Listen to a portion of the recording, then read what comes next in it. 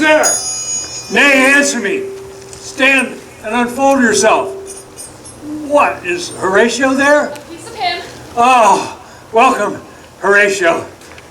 Welcome, good Marcellus. 'Tis now struck 12. What? Has this thing appeared again tonight? I've seen nothing. Horatio says 'tis but our fantasy. Therefore, I've entreated him, along with us, to watch the minutes of this night, that if again this apparition come, he should approve our eyes and speak to it. Tush, tush, 'twill not appear. Peace, break off. Look where it comes again. In the same figure like the king that's dead. Looks it not like the king? Mark it, Horatio. Most like. It harrows me with fear and wonder. Speak to it, Horatio. It would be spoke to. What art thou that hast searched this time of night, together with that fair and warlike form in which the majesty of fairy Denmark did sometimes march? By heaven I charge thee, speak! It is offended. See, it stalks away. Say! Speak! Speak, I charge thee, speak! 'Tis gone, and will not answer. How now, Horatio? You tremble and look pale. Is this not something more than mere fantasy? What think you on it? Before my God, I might not disbelieve without the sensible and true vouch of mine own eyes. Is it not like the king? As thou art to thyself, 'tis strange. A prologue to the omen coming on. But stop! Oh. Lo, where it comes again! I'll cross it, don't blast me! Stay, illusion! If thou hast any sound or use of voice, speak to me. If there be any good thing to be done that may to thee do ease and grace to me, speak to me.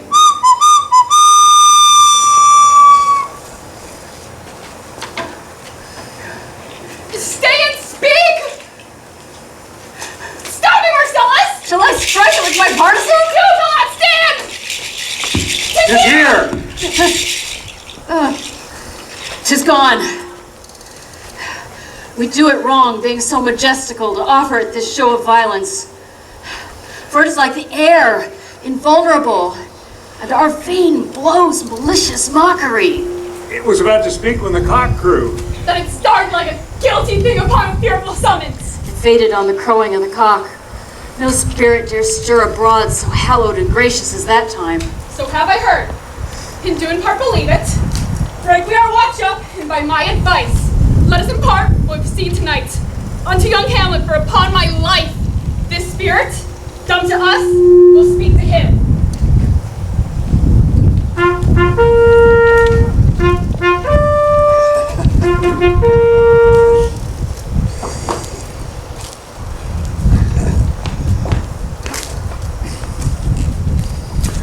Though yet of Hamlet, our dear brother's death, the memory be green, that it us befitted to bear our hearts in grief, and our whole kingdom to be contracted in one brow of woe. Our sometime sister, now our queen, hath we with mirth and funeral, and with dirge in marriage taken to wife. For all our thanks.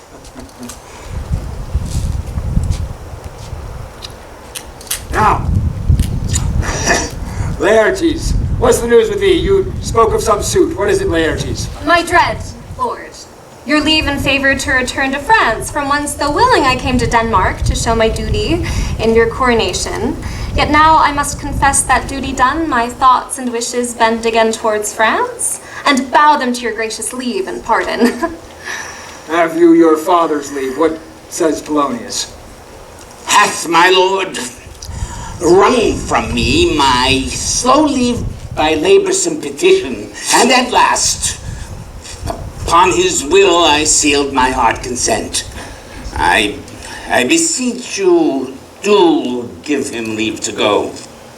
Take thy fair hour, Laertes, time be thine, and by thy guest best graces, spend it at thy will. And now, cousin Hamlet, and my son. Aha, little more than kin and less than kind.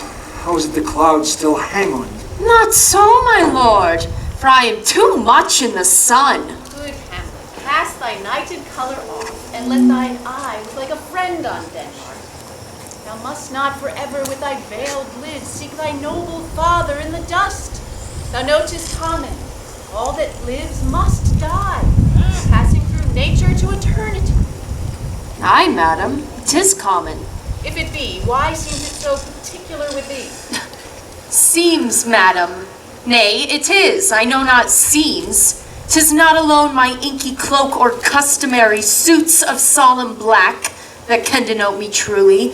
These indeed seem for their actions that a man might play. But there's that within which passes show, these but the suits and the trappings of woe. 'Tis sweet and commendable, Hamlet, in thy nature, to give these mourning duties to your father. But you must understand, your father lost a father, and that father lost his. And the survivor bound, for some term, to do some obsequious sorrow. But to persist in obstinate condolement is a course of impious stubbornness. 'Tis unmanly grief. And for your intent to go back to school in Wittenberg, it is most retrograde to our desire. Let not your mother lose her prayers, sweet Hamlet. I pray thee, stay with us, go not to Wittenberg. I shall in all my best obey you, madam. 'Tis a fair and loving reply. Be as ourself in Denmark. Come, madam, this gentle and unforced accord with Hamlet sits smiling at my heart. Come, away.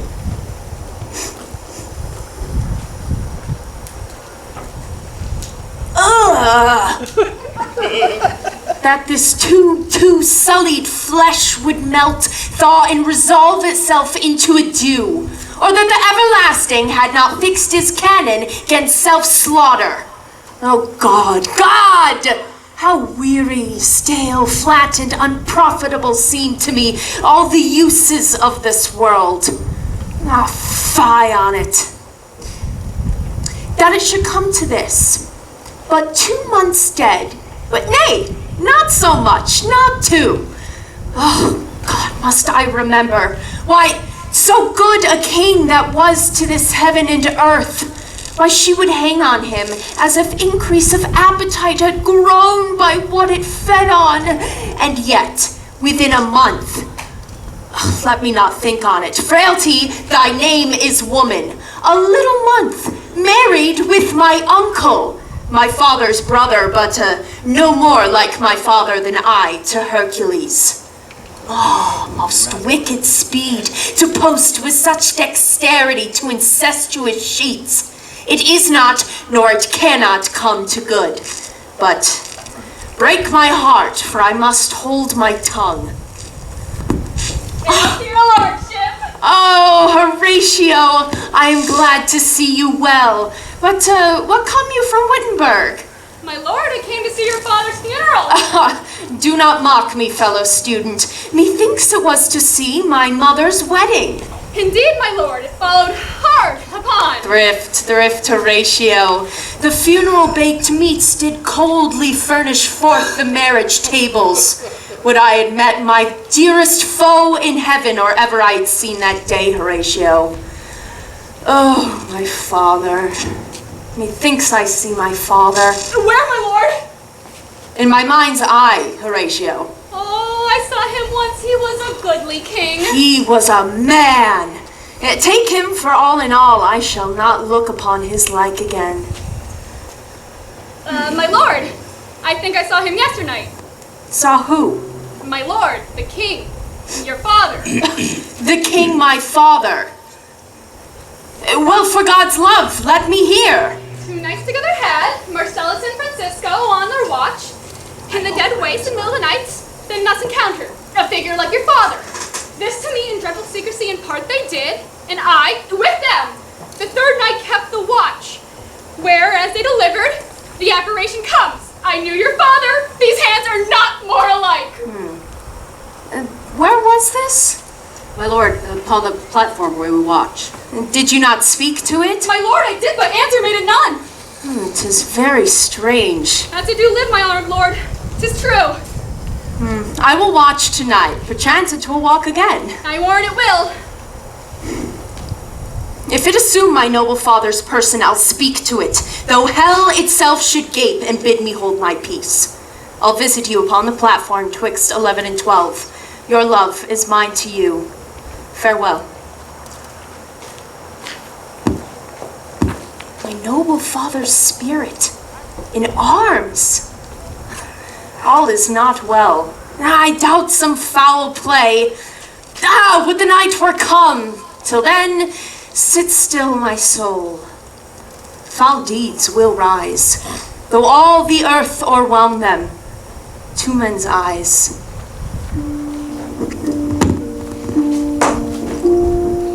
My necessaries are embarked, farewell. And sister, do not sleep, but let me hear from you. Do you doubt that? For Hamlet and the trifling of his favor, hold it a fashion and a toy in blood, a violet in the youth of primary nature. Forward, not permanent, sweet, not lasting, the perfume and suppliance of a minute, no more. No more, but so? Think it no more. Perhaps he loves you now, but you must fear his will is not his own, for he himself is subject to his birth. He may not, as unvalued persons do, carve for himself, for on his choice depends the safety and the health of this whole state. Therefore, if he says he loves you, fear it, Ophelia. Fear it, my dear sister, and keep you in the rear of your affection, out of the shot and danger of desire. Be wary, then. Best safety lies in fear. Youth to itself rebels, though none else near. I shall the effect of this good lesson keep as watchman to my heart. But good my brother, do not as some ungracious pastors do, show me the steep and thorny way to heaven, whilst like a puffed and reckless libertine, himself the primrose path of dalliance treads, and recks not his own reed. Oh, fear me not. Oh, I stay too long. But here my father comes. A double blessing is a double grace. Occasion smiles upon a second leave. Get here, Laertes, Aboard! Aboard! The wind sits in the shoulder of your sails, and you are stayed for shame. And my blessing with thee. And these few precepts in thy memory, look thou character.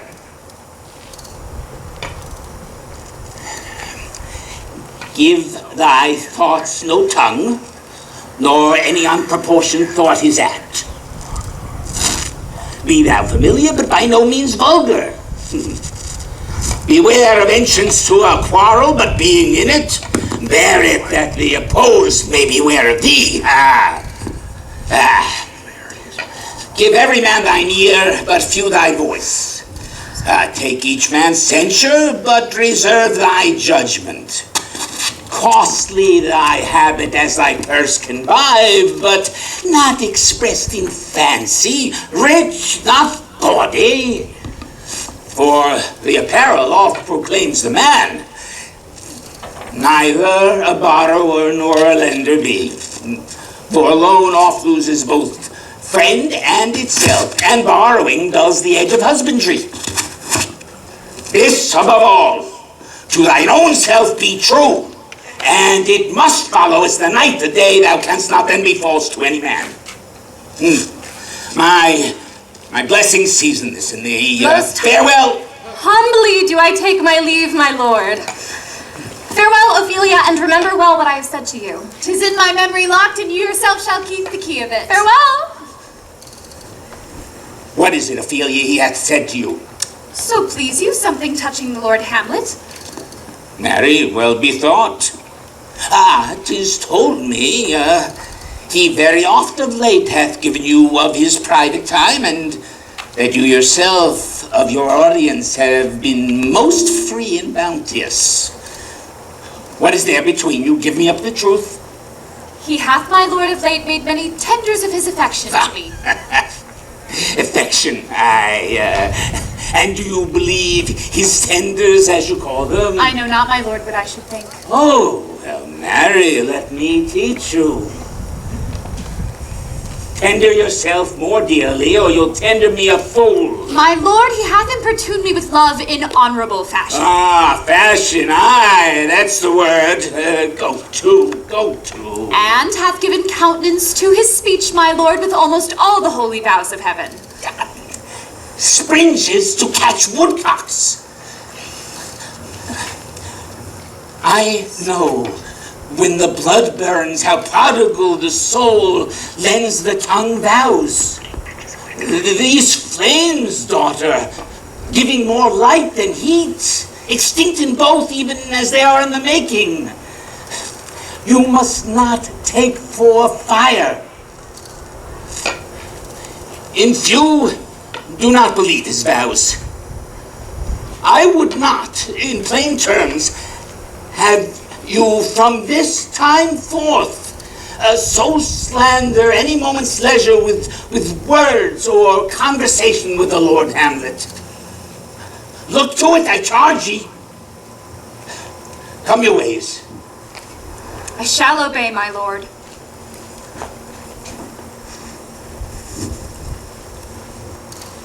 The air bites shrewdly. Oh. It is very cold. It is a nip in the eager air. What hour is it? I think it lacks a 12. No, it is struck. Indeed, I heard it not. It then draws near the season wherein the spirit held is wont to walk. Aye, Mary, is it? Look, my lord, it comes! Oh, spirits and ministers of grace! Be thou spirit of health or goblin damned, bring with thee airs from heaven or blasts from hell. Be thy intents wicked or charitable, thou comest in such a questionable shape that I will speak to thee. I'll call thee King, Hamlet, Father, Royal Dane. Oh, answer! Let me not burst in ignorance, but say why thy royal bones have burst their cerements. I say, why is this? Wherefore? What should we do? It beckons you to go away with it, as if some impartment did desire to you alone. No, by no means. Well, it will not speak, so I will follow it. Do not, my lord. Why? What should be the fear? I do not set my life at a pin's fee, and for my soul, what can it do to that, being a thing immortal as itself? Oh, it waves me forth again. I'll follow it. What if it tempt you toward the flood, my lord, or to the dreadful summit of the cliff, and there assume some other horrible form which might deprive your severity of reason and draw you into madness? Think of it! It draws me forth again. Go on. I'll follow thee. Unhand me! Be ruled, you shall not go! My fate cries out. I say, I'll make a ghost of him that lets me. I say, away! Go on, I'll follow thee.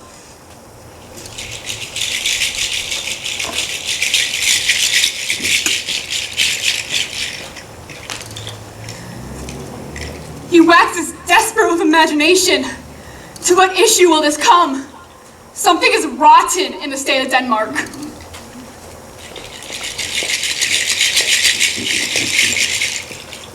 Whither wilt thou lead me? Speak. I'll go no further. Mark me. Oh, I will. My hour is almost come, when I, to sulphurous and tormenting flames, must render up myself. Alas, poor ghost! Pity me not, but lend thy serious hearing to what I shall unfold. Speak. I am bound to listen. So art thou to revenge when thou shalt hear. What? I am thy father's spirit, doomed for a certain term to walk the night, and for the day confined to fast in fires, till the foul crimes done in my days of nature are burnt and purged away. List, oh list, if thou didst ever thy dear father love. Oh, God! Revenge his foul and most unnatural murder. Murder! Murder most foul, as in the best it is. But this most foul, strange, and unnatural. Haste me to know it, so that I, with wings as swift as meditation or thoughts of love, may sweep to my revenge. I find thee apt. Now, Hamlet, hear. 'Tis given out that sleeping in my orchard a serpent stung me. So the whole ear of Denmark is by a forged process of my death rankly abused. But know, thou noble youth, the serpent that did sting thy father's life now wears his crown. Oh, my prophetic soul, my uncle! Aye, that incestuous, that adulterate beast, with witchcraft of his wits, with traitorous gifts. Oh, wicked wit and gifts that have the power so to seduce. Won to his shameful lust, the will of my most seeming virtuous queen. Oh, Hamlet, what a falling off was there! But soft, methinks I scent the morning air. Brief, let me be. Sleeping within my orchard, my custom always of the afternoon, upon my secure hour, thy uncle stole, with juice of cursed Hebona in a vial, and in the porches of my ears did pour the leprous distilment. Thus was I, sleeping by a brother's hand, of life, of crown, of queen at once dispatched, cut off even in the blossoms of my sin, sent to my account with all my imperfections on my head. Oh, horrible!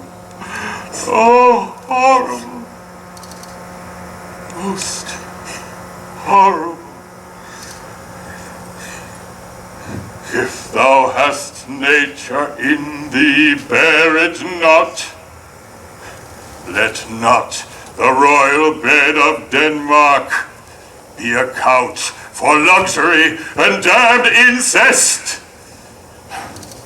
But howsoever thou pursues this act, leave thy mother to heaven, and to those thorns that in her bosom lodge to prick and sting her. Fare thee well at once. The glowworm shows the matin to be near. Adieu. Adieu.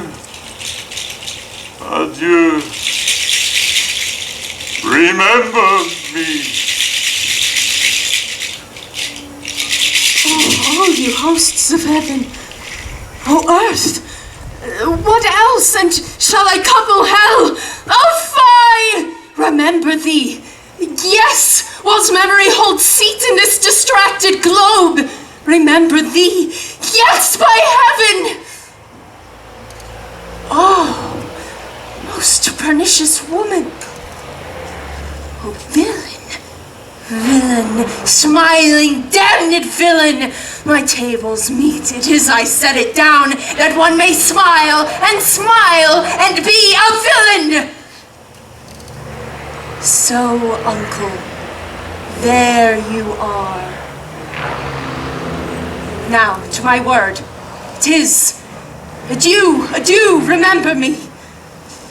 I've sworn it. My lord? Oh, my lord, what news, my lord? Oh, Oh, wonderful! Could my lord tell it? No, you will reveal it. Not I, my lord, by heaven! What say you then? That heart of man would think it, but you'll be secret? I, by heaven, my lord! There's never a villain dwelling in all Denmark, but he's an errant knave. There needs no ghost, my lord, come from the grave to tell us this. Why, right. You are in the right. It is an honest ghost, that let me tell you. But for your desire to know what has passed between us, or master it as you may, give me one poor request. What is it, my lord? Never to speak of that which you have seen tonight. My lord, I will not. Nay, but swear it upon my sword. Swear! Ah, yes, you hear this fellow in the cellarage. Consent to swear. Propose the oath, my lord. Never to speak of that which you have seen tonight. Upon my sword. Swear by his sword! Well said, old mole. Canst work in the earth so fast? A worthy pioneer, once more remove, good friends. Oh, day and night, but this is wonder strange. Therefore, as a stranger, give it welcome. There is more in heaven and earth, Horatio, than are dreamt of in your philosophy. But come, here as before, never, so help you mercy, upon seeing me that however strange or odd some'er I bear myself, that you never shall note that you know aught of me. This do swear, so grace and mercy at your most need help you. Swear! Rest, rest, perturbed spirit. Let us go in together, and still your fingers on your lips, I pray. The time is out of joint. Oh, cursed spite, that ever I was born to set it right.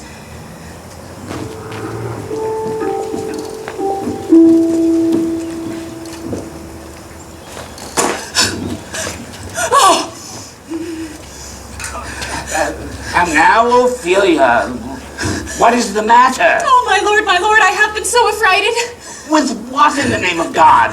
My lord, as I was sitting in my closet, Lord Hamlet, with his doublet all embraced, no hat upon his head, his stockings fouled, ungartered, and down given to his ankle, and pale as his shirt, his knees knocking each other, and with a look so piteous and purport as if he had been loosed out of hell to speak of horrors, he comes before me. Mad for thy love? I do not know, my lord, but truly I do fear it. What said he? He took me by the wrist and held me hard. Then goes he to the length of all his arm, and with his other hand sore his brow, he falls to such perusal of my face as he would draw it. Long stayed he so. Then, with a little shaking of mine arm, and thrice his head thus waving up and down, he raised a sigh so piteous and profound as it did seem to shatter all his bulk and end his being. That done, he lets me go. And with his head thus o'er his shoulder turned, he seemed to find his way without his eyes. For out of doors he went without their helps, and to the last betted their light on me. Come, go with me. I will go seek the king. This is the very ecstasy of love. Oh, did you give him any hard words of late? No, my good lord, but as you did command, I did repel his letters and denied his access to me. Ah, that is what made him mad. Oh, I feared he did but trifle and meant to rack thee. Oh, but beshrew my jealousy. Come, we go to the king. This must be known, which being kept close might move more grief to hide than hate to utter love. Come. Oh.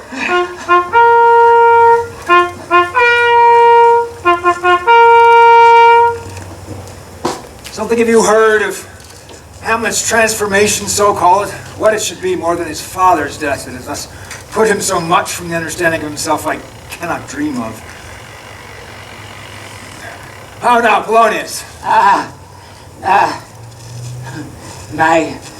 My lord, I hold my duty as I hold my soul, both to my God and to my gracious king. And I do think that Unless this brain of mine hunts not on the trail of policy so sure as it had used to do, that I have found the true cause of Hamlet's lunacy. Oh, speak of that. Of that we long to hear. Gertrude, he tells us he has found the head and source of all your son's distemper. I doubt it is none other than the main. His father's death and our hasty marriage. Now we shall sift him. My liege and madam, to expostulate on what majesty should be, what duty is. Why, day is day and night is night and time is time. Would be to do nothing more than to waste night, day, and time. And therefore, since brevity is the soul of wit, and tediousness the limbs and outward flourishes, I will be brief. Your noble son is mad.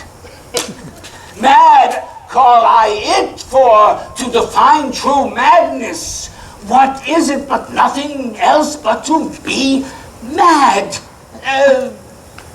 But let that go. More matter with less art? Madam, I swear to you, I use no art at all. That he's mad, 'tis true, 'tis pity. And pity 'tis true. A foolish figure. But farewell it, for I will use no art. Mad let us grant him.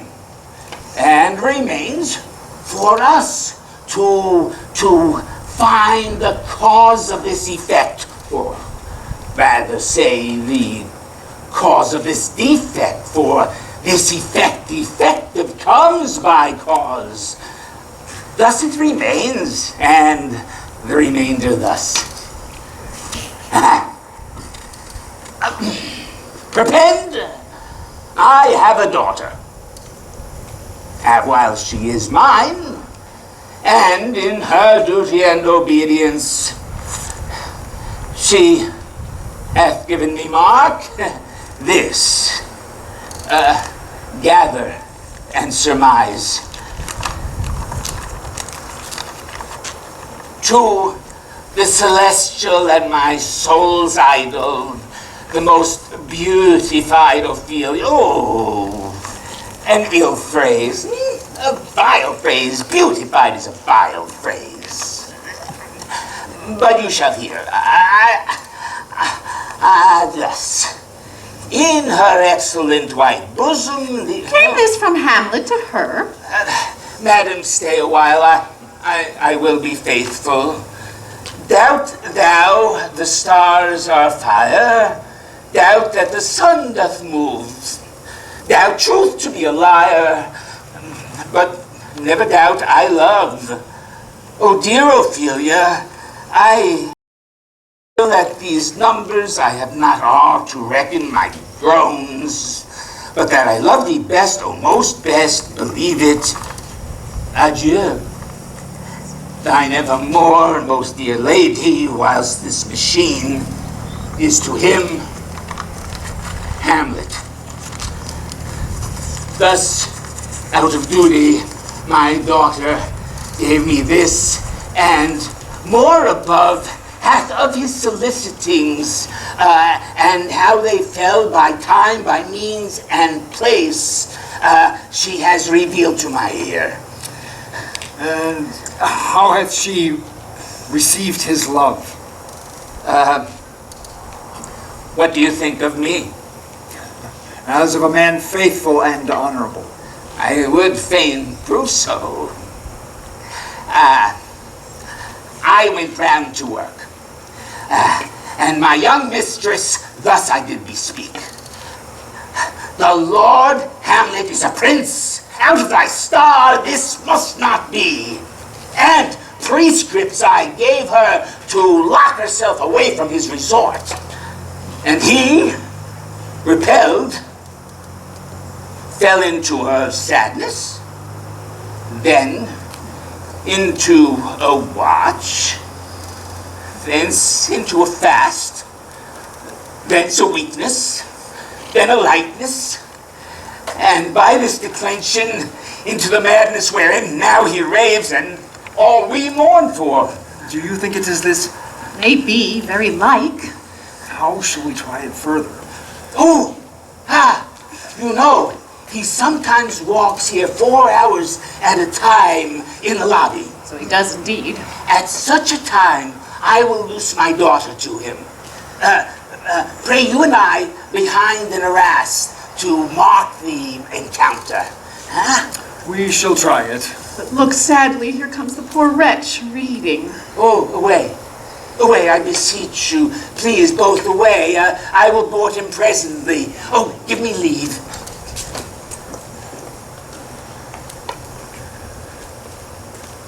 How does my good Lord Hamlet? Well, God a mercy. Do you know me, my lord? Excellent well. You are a fishmonger. Not I, my lord. Then I would you were so honest a man. Honest, my lord. Aye, truly. For as this world goes, to be honest is to be one man picked out of 10,000. Very true, my lord. For if the sun-breed maggots and a dead dog being a good kissing carrion, do you have a daughter?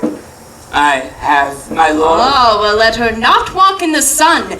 Conception is a blessing, but seeing as she may conceive, friend, look to it. How say you by that? Still harping on my daughter. And yet at first, he did not know me. He thought I was a fishmonger. He's far gone.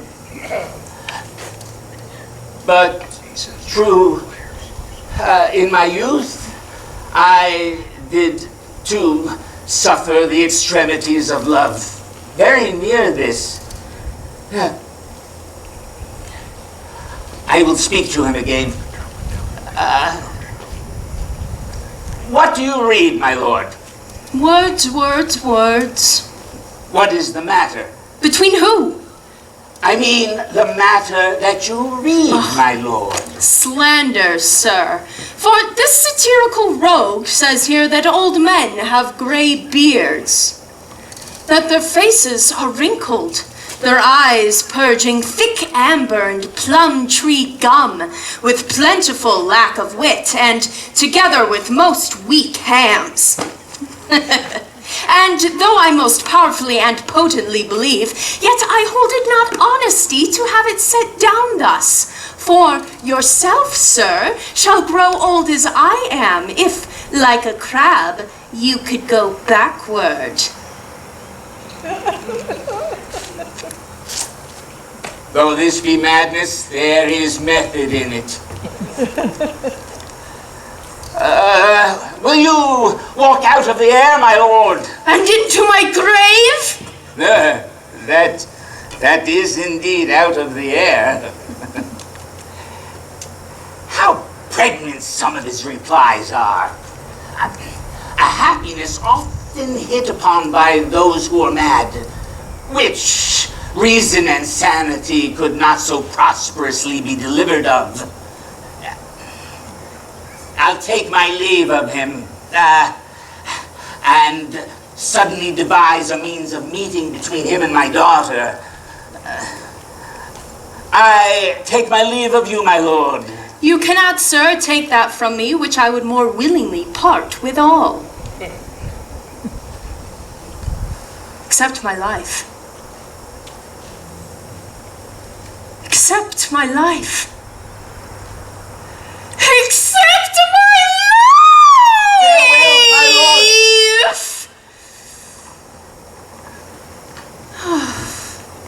I have of late, but wherefore I know not, lost all my mirth, forgone all custom of exercises, and indeed it goes so heavily with my disposition that this goodly earth seems to me a sterile promontory. What a piece of work is man, how noble in reason, how infinite in faculties, in form and moving, how express and admirable, in action, how like an angel, in apprehension, how like a god! The beauty of the world, the paragon of animals, and yet to me, what is this quintessence of dust? Man delights not me, no, nor women, neither, though by your smiling, you seem to say so. Ah, there are the players. Ah, they are welcome. But my aunt mother and uncle father are deceived. In what, my lord? I am but glad, north-northwest, for when the wind is southerly, I can tell a hawk from a handsaw. The actors have come hither, my lord. Buzz, buzz. Upon my honor. And then came each actor on his ass. The best actors in the world, my lord, for either tragedy, comedy, history, pastoral comical, historical pastoral, tragical historical, tragical comical historical pastoral, scene individable or poem unlimited. Seneca cannot be too heavy, nor Plautus too light. For the law of writ and the liberty, these are the only men. Ha ha! Oh, Jack, the judge of Israel, what a treasure hadst thou! What a treasure has he, my lord? One fair daughter, and no more, the which he loved passing well. Again, on my daughter? Oh, welcome, friends! It is good to see you well. Yes, welcome. You are very welcome. Ah, we will have a speech straight. Come, give us a taste of your quality. Come, a passionate speech. What speech, my good lord? Ah, one speech in it I chiefly loved. 'Twas Aeneas' tale to Dido, thereabout when he spoke of Priam's slaughter. If it live in your memory, begin at this line. Ah, let me see. Oh! The rugged Pyrrhus, like the Hyrcanian beast. So proceed you.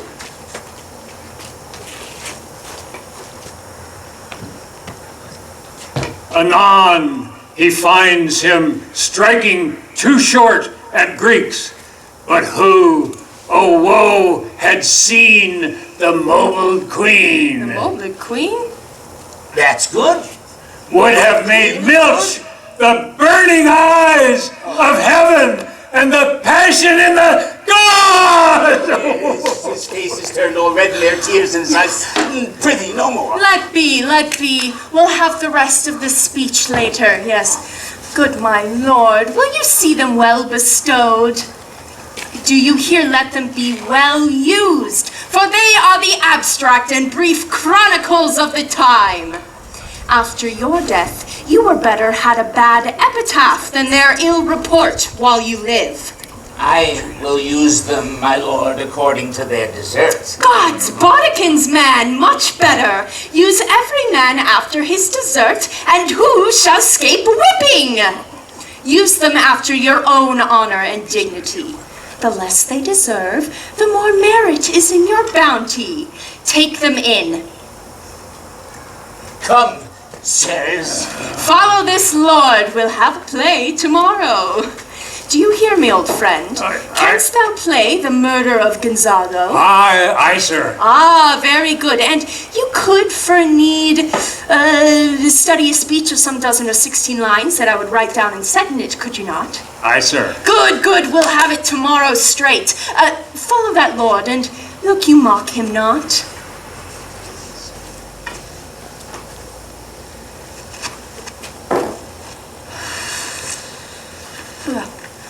Now I am alone. Oh, what a rogue and peasant slave am I. Is it not monstrous that this player here, but in a fiction, in a dream of passion, could move his soul so to his own conceit, that from her working all his visage waned, tears in his eyes, distraction in his aspect, a broken voice, with all forms unsuiting so to his own conceit? And all for nothing, for Hecuba! For what's he to Hecuba, or Hecuba to him, that he should weep for her? What would he do, had he the motive and cue for passion that I have? Why, he would drown the stage with tears. Yet I, peak like John a Dreams, unpregnant of my cause, and can say nothing. No, not for a king, upon whose property and dear life a damned defeat was made. Am I a coward?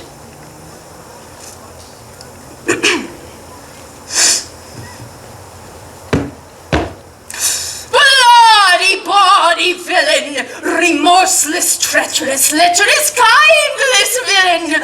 Oh, vengeance! Oh, what an ass am I.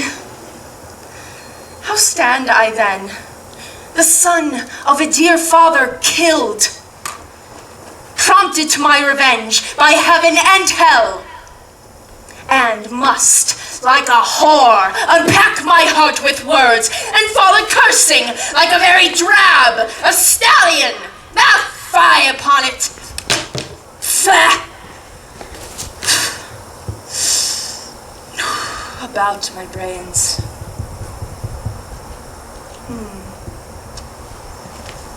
I have heard that guilty creatures sitting at a play have been so moved by the cunning of the scene that presently they have proclaimed their malefactions. For murder, though it hath no tongue, speaks with miraculous organ. I'll have the players play something like the murder of my father before mine uncle. I'll observe his looks. I'll tent him to the quick. If he do blench, I know my course. Of course, the spirit that I have seen may be a devil, and the devil is powerful and has the ability to take pleasing shape. And in my weakness and melancholy, as he is powerful with such spirits, abuses me to damn me. I'll have grounds more relative than this. The play's the thing wherein I'll catch the conscience of the king.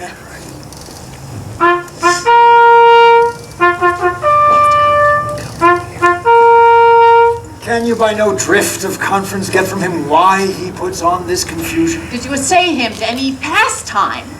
Madam, it so fell out that certain players did seem to rouse in him a kind of a joy.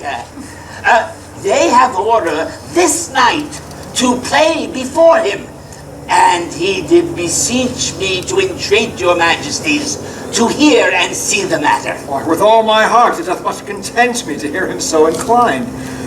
Sweet Gertrude, leave us too, for we have sent closely for Hamlet hither, that he may, as 'twere by accident, affront Ophelia.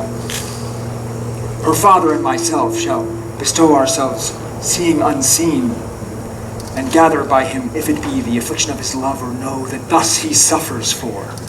I shall obey you. And for your part, Ophelia, I do wish that your good beauties be the happy cause of Hamlet's wildness, and so shall I hope that your virtues will bring him to his wonted way again, to both your honors. Madam, I wish it may. Ophelia, walk you here. Your Grace, if you please, we will bestow ourselves. Read on this book, that the exercise may color your loneliness. Oh, I hear him coming. Your Grace, let us withdraw.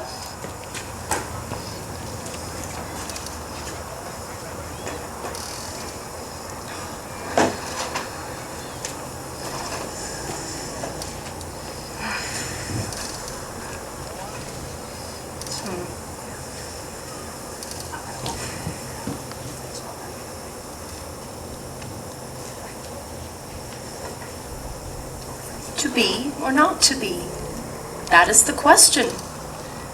Whether 'tis nobler in the mind to suffer the slings and arrows of outrageous fortune, or to take arms against a sea of troubles, and by opposing, end them. To die, to sleep no more, and by a sleep to say we end the heartache and the 1,000 natural shocks that flesh is heir to.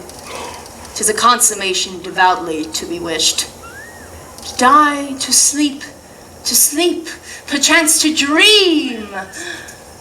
Aye, there's the rub. For in that sleep of death, what dreams may come when we have shuffled off this mortal coil must give us pause. There's the respect that makes calamity of so long life. For who would bear the whips and scorns of time, the oppressor's wrongs, the proud man's contumely, the pangs of despised love, the law's delay, the insolence of office, the spurns that patient merit of the unworthy takes, when he himself might his quietus make with a bare bodkin?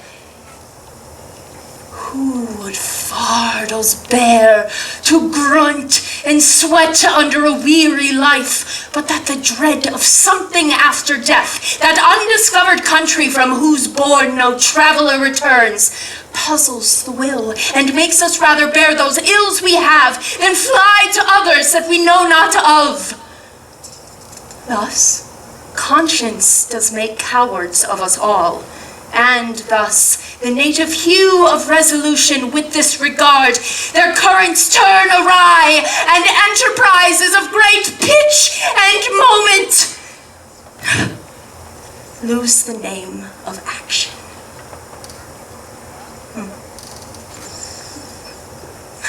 But soft the fair Ophelia, nymph in thy orisons, be all my sins remembered. Good my lord, how does your honor for this many a day? I humbly thank you. Well? My lord, I have some remembrances of yours that I've longed to redeliver. I pray you now receive them? No, not I. I never gave you aught. My honored lord, you know right well you did, and with them words of so sweet breath composed as made the things more rich. Their perfume lost, I pray take these again, for to the noble mind rich gifts wax poor when givers prove unkind. There, my lord.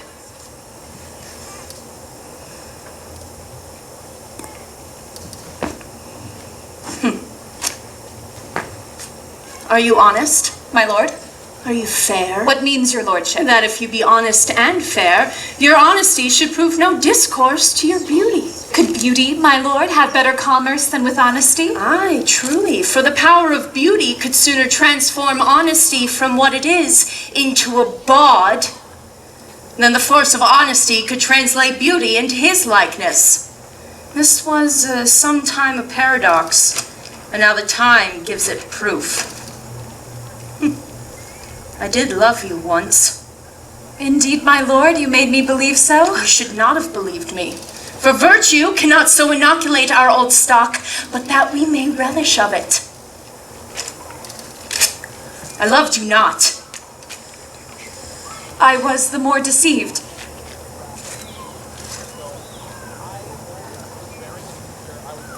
Get thee to a nunnery. Why wouldst thou be a breeder of sinners?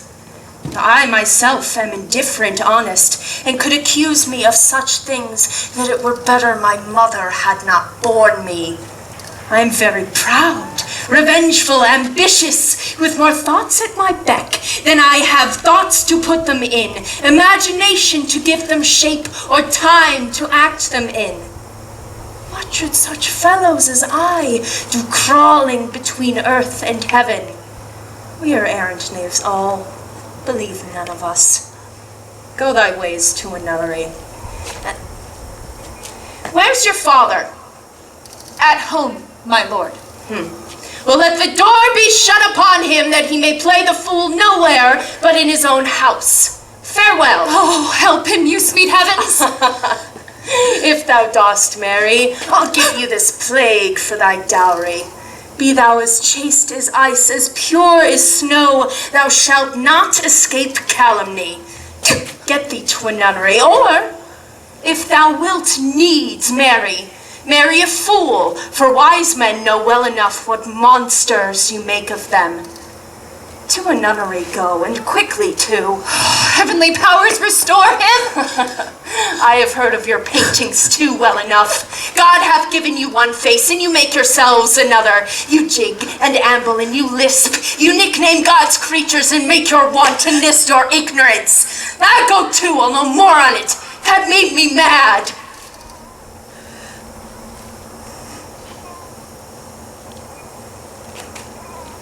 I say, we will have no more marriage. Those that are married already, all but one shall live. The rest shall keep as they are. To a nunnery, go. Oh, what a noble mind is here o'erthrown! The courtiers, soldiers, scholars, eye-tongue, sword, the expectancy and rose of the fair state, the glass of fashion and the mold of form, the observed of all observers quite down. Oh, woe is me, to have seen what I've seen, see what I see. Love. His affections that way do not tend. There is something in his soul over which his melancholy sits and brood. I have thus therefore set it down that he shall with speed to England. What think you on it? It shall do well. But yet I believe the commencement of this grief is neglected love. Oh, now, Ophelia, there's no need for you to tell us what Lord Hamlet said. We heard it all. My liege, do as you please.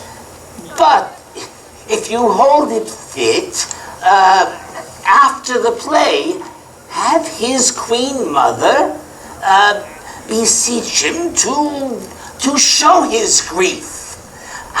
I'll be placed within ear to hear the conference. If she find him not, to England send him, or confine him where your wisdom thinks best. Shall be so. Madness and great ones must not unwatched go.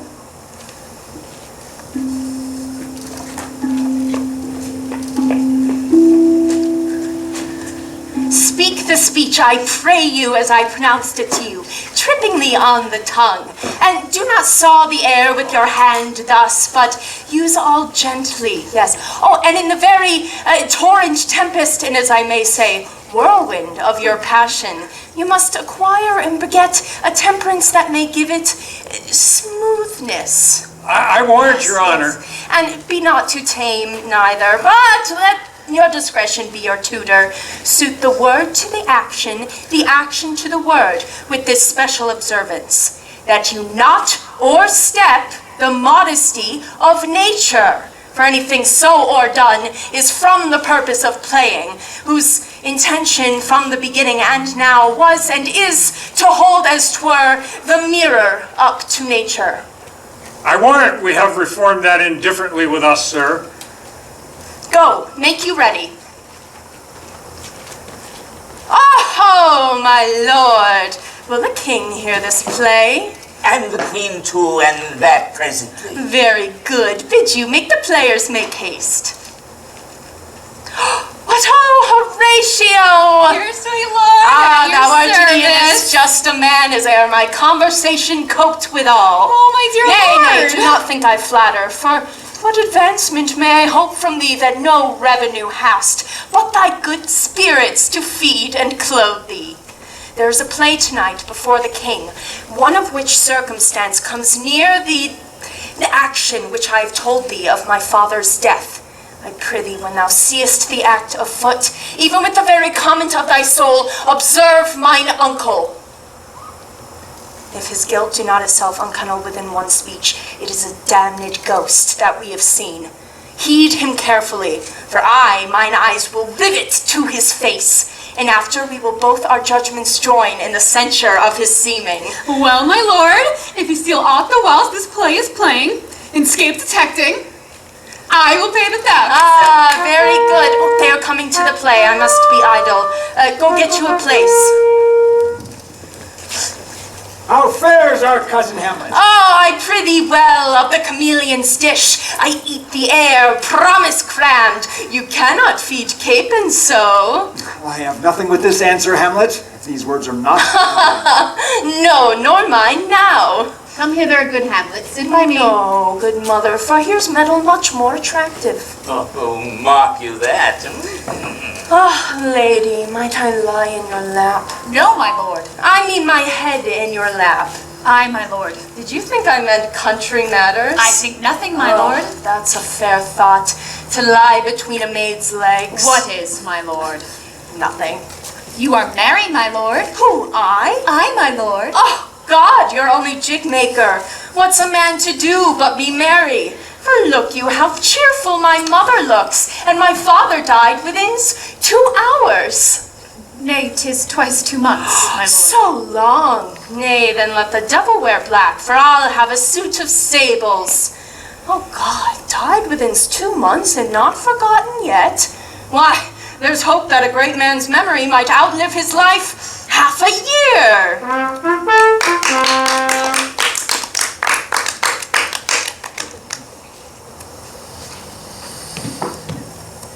For us and for our tragedy, here stooped to your clemency, we beg your hearing patiently. Is this a prologue or a posy of a ring? 'Tis brief, my lord. As woman's love. Full 30 years hath Phoebus' cart gone round, Neptune's salt wash and Tellus' orbed ground, since love our hearts and Hymen did our hands unite commutual in most sacred bands. So many journeys may the sun and moon make us again count o'er, ere love be done. But woe is me, thou art so sick of late, so far from cheer and former state, that I distrust you. Where love is great, the littlest doubts are fear. Where little fears grow great, great love is there. Faith, I must leave thee, love, and shortly too. My operant powers their functions leave to do, and thou shalt live in this fair world behind, honored, beloved, and haply one as kind. For husband shalt thou... Confound the rest! Such love must be treason in my breast. Its second husband, let me be accursed. None wed the second, but who killed the first. That's wormwood. The instance that second marriage move are base regards of thrift and none of love.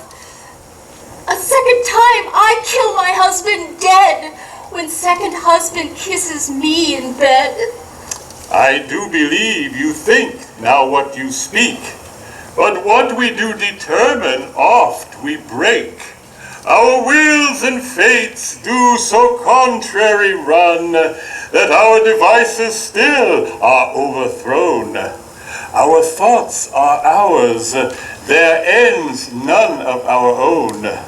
So think thou wilt no second husband wed, but die thy thoughts when thy first lord is dead. No earth give me food, nor heaven light. Sport and repose block from me day and night. From here and hence pursue me strife. If once a widow, ever I be wife. If she should break it now... 'Tis deeply sworn. Sweet, leave me here a while. My spirits grow dull, and fain I would beguile the tedious day with the sleep. Sleep, rock thy brain, and never let mischance come between us twain. Madam, how you like this play? The lady doth protest too much, methinks. Ah, but she'll keep her word. Have you heard the argument? Is there no offense in it? No, nothing but jest. Poison in jest. No offense in the world. What do you call the play? The Mousetrap. Marry, how? Ah, you shall see anon. 'Tis a knavish piece of work, but your grace and we that have free souls, it touches us not.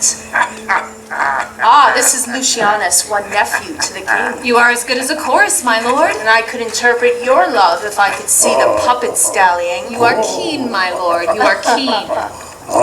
It would cost you a groaning to take off mine edge. Still better and worse. So you mistake your husband's.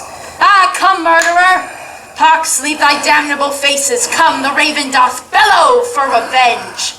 Thoughts black, hands apt, drugs fit, and time agreeing. Confederate season, else no one seeing. Thy natural magic and dire property on wholesome life usurp immediately. He poisons him in the garden for his estate. His name's Gonzago. The story is extant and written in very choice Italian. You shall see anon how he gets the love of Gonzago's wife. The king rises. What? Frighted with false fire? How fares my lord? Light! Give me light! Away! Get out of the plane! Lights!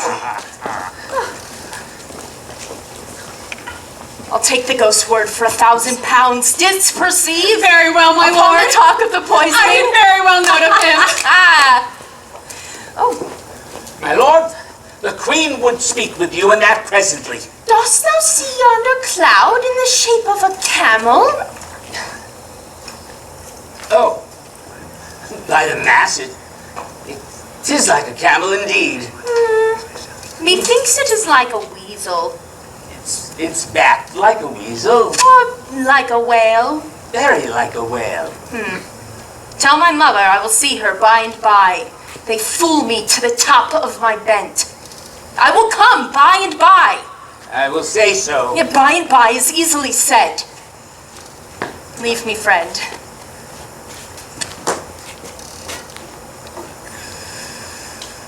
Now is the very witching time of night, when churchyards yawn and hell breathes contagion into this world. Now could I drink hot blood and do such bitter business as the day would quake to look upon. But soft to my mother. Heart, lose not thy nature. Let not the soul of Nero enter this firm breast. I will be cruel, not unnatural. I will speak daggers to her, but use none. My tongue and soul in this be hypocrites. But through my words somever she be shent to give them seals, never my soul consent. No, I like him not, nor stands it safe with us to let this madness range. He goes to his mother's closet. Behind the arras, I'll convey myself and hear the process. Very well, my lord. Oh, I'll come to you ere you go to bed and tell you what I know. Thanks, dear my lord. Oh, my offense is rank. It smells to heaven. It hath the eldest primal curse upon it. My brother's murder. Pray, can I not? What form of prayer can serve my turn? Forgive me, my foul murder. This cannot be, since I am still possessed of those effects for which I did the murder. My crown, mine own ambition,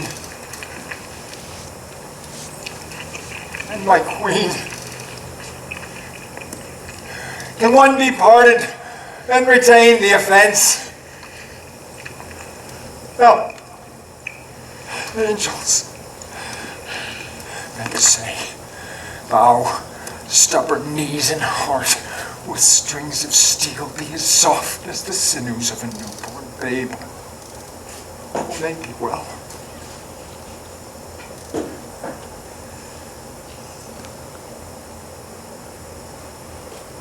Now might I do it pat.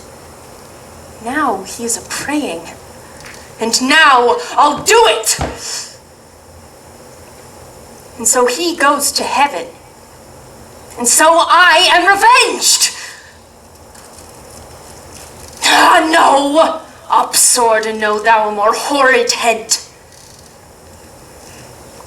When he is drunk, asleep, or in his rage, or in the incestuous pleasure of his bed, or in some other act that hath no relish of salvation in it, then I'll trip him, so that his heels kick up to heaven, and his soul is damned and black as hell whereto it goes. My mother stays. This physic but prolongs thy sickly days.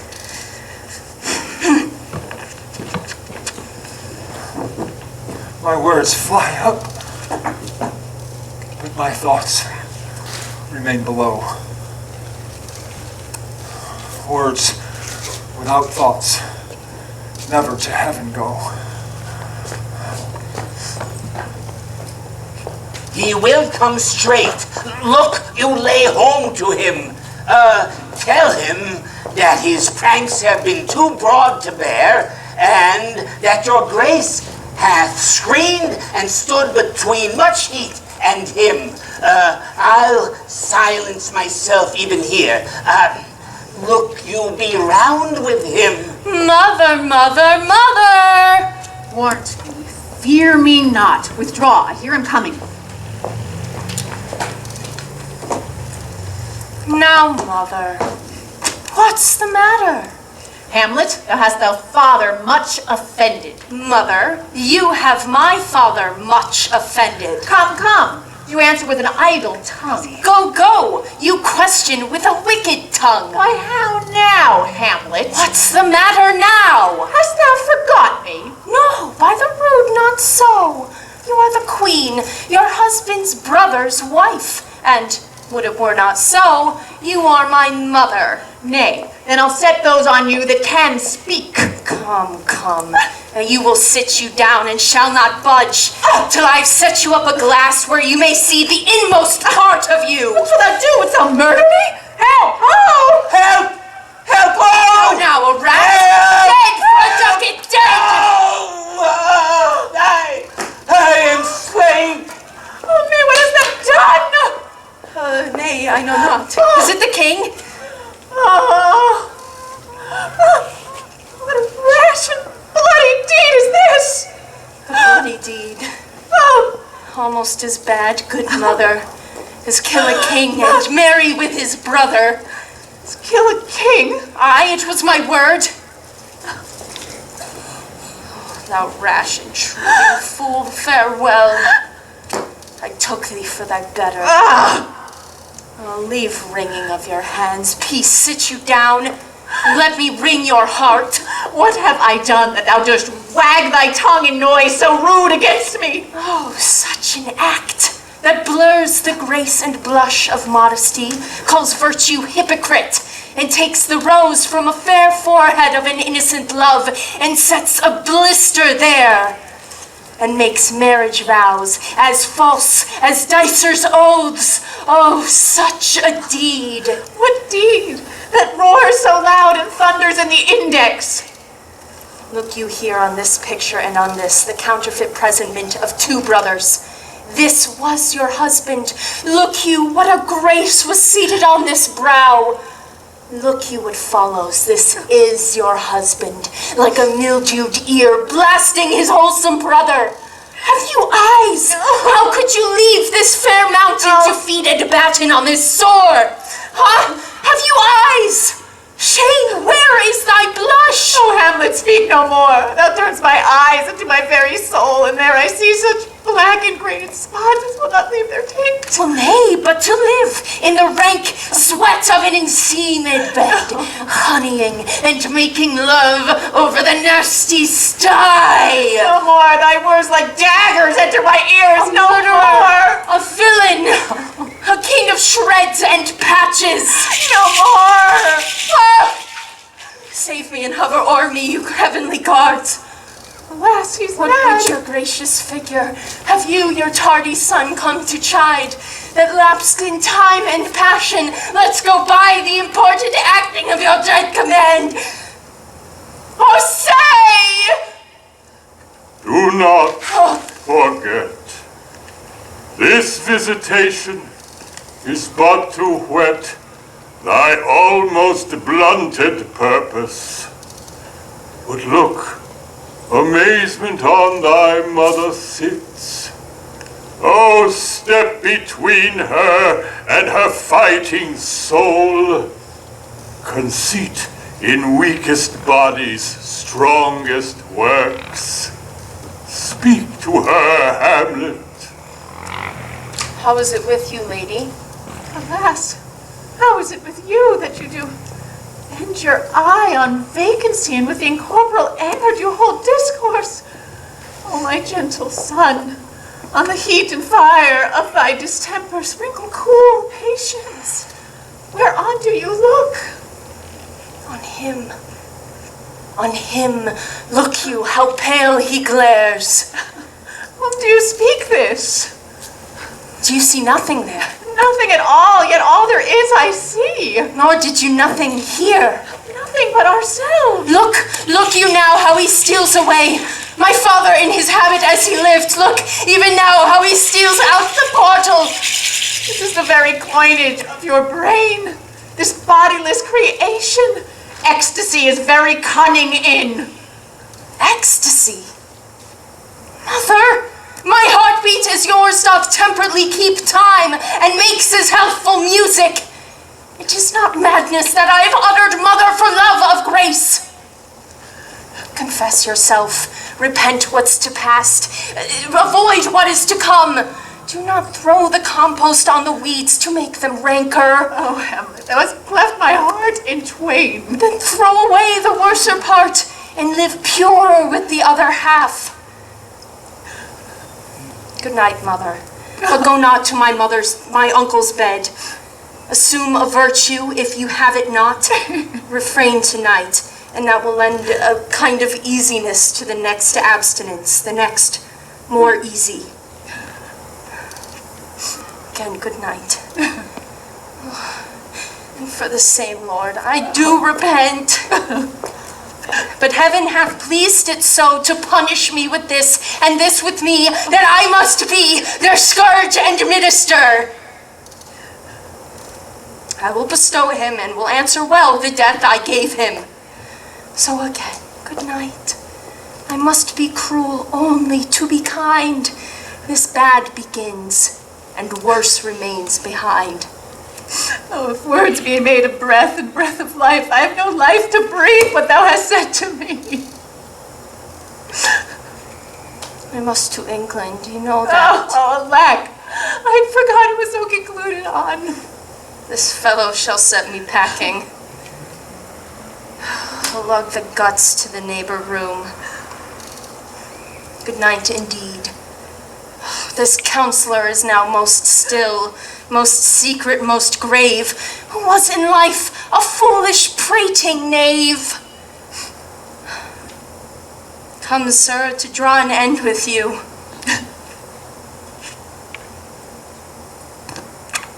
Good night, mother.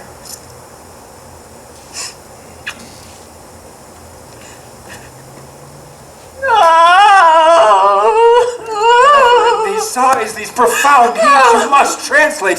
'Tis fit we understand them. Oh, Where's your son? Lord, what have I seen tonight? What? How does Hamlet? Mad as the sea and wind when both contend which is the mightier. In his lawless fit, behind the arras, hearing something stir, he whips out his rapier, cries, "A rat, a rat!" and in this brainish apprehension kills the unseen good old man. Oh, if indeed it had been so with us had we been there. His liberty is full of threats to all. Where has he gone? To draw apart the body he hath killed, over which his very madness shows itself pure, for he weeps for what is done. Gertrude, the sun no sooner shall the mountains touch, but we will ship him hence. And this vile deed must we, with all our majesty and skill, both countenance and excuse. Go to, Gertrude. We will call on our wisest friends and let them know what is untimely done and what we mean to do and what is untimely done. Go away. My soul is full of discord and dismay. Now, Hamlet. Where is Polonius? At supper. At supper where? Not where he eats, but where he is eaten. Alas. Alas. A man may fish with a worm that hath fed of a king, may eat of a fish that hath fed of that worm. What dost thou mean by this? Only to show how a king may go a progress through the guts of a beggar. Where is Polonius? In heaven, sent thither to see. But if your messenger find him not there, look for him in the other place yourself. Or if you find him not this month, you shall nose him as you go up the stairs into the lobby. Oh, Hamlet, this deed, for thine special safety, must send thee hence. Therefore, prepare thyself. The bark is ready, the wind is at help, the associates tend, and everything is bent for England. For England? Good. Well, farewell, dear mother. Thy loving father, Hamlet. My mother, for mother and father is man and wife is one flesh. Therefore, my mother, come for England. Away. For everything is sealed and done that us leans on the affair. And England, if my love thou hold'st at aught, mayest thou not coldly set our sovereign process, which imports at full the present death of Hamlet. Do it, England.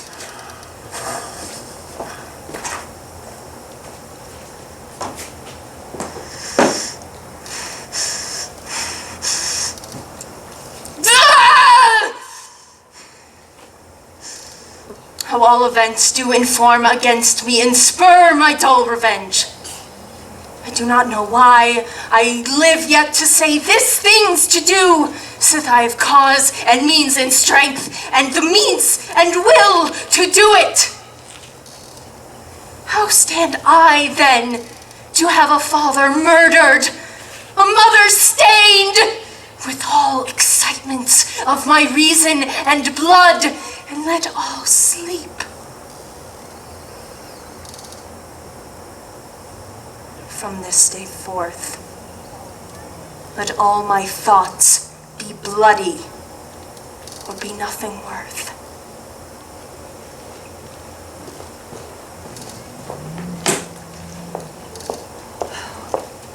Will not speak with her. She is importunate. Indeed, distract her mood will needs be pitied. What will she have? For good she were spoken with, for she may strew dangerous conjectures in an ill-breeding minds. Let her come in. To my sick soul as sin's true nature is. Each toy seems a prologue to some great amiss. So full of artless jealousy is guilt, that it spills itself in fearing to be spilt. Where is the beauteous majesty of Denmark? How now, Ophelia? How should I, your true love,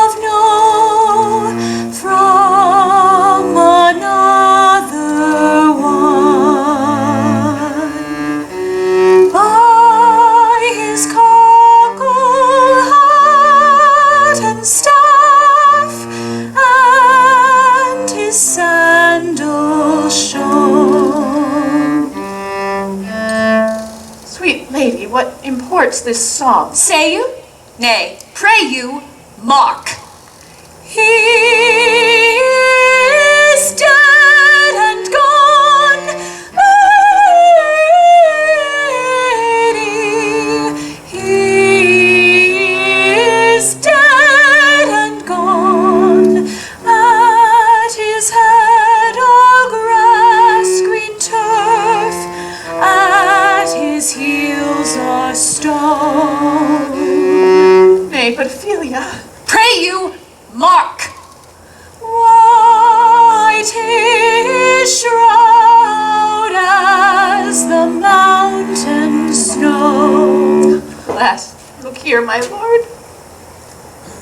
Loaded all with sweet flowers, which bewept to the ground did not go with true love showers. How do you, pretty lady? Well, God dild you. They say the owl was a baker's daughter. Lord, we know what we are, but not what we may be. God be at your table. Conceived upon her father. Pray, let's have no words of this. But when they ask you what it means, say you this. Tomorrow is St. Valentine's Day, all in the morning betime, and I am made at your window to be your Valentine. Then up he rose and donned his clothes and dogged the chamber door, went in and made that out of never departed more. Pretty Ophelia. Indeed, without an oath I'll make an end on it. By Jesu and by Saint Charity, alack and fie for shame! Young men will do it if they come to it, by cock they are to blame! Quoth she, before you tumbled me, you promised me to wed. He answers, so would I have done by yonder the sun, and thou hast not come to my bed. How long has she been thus? I hope all will be well.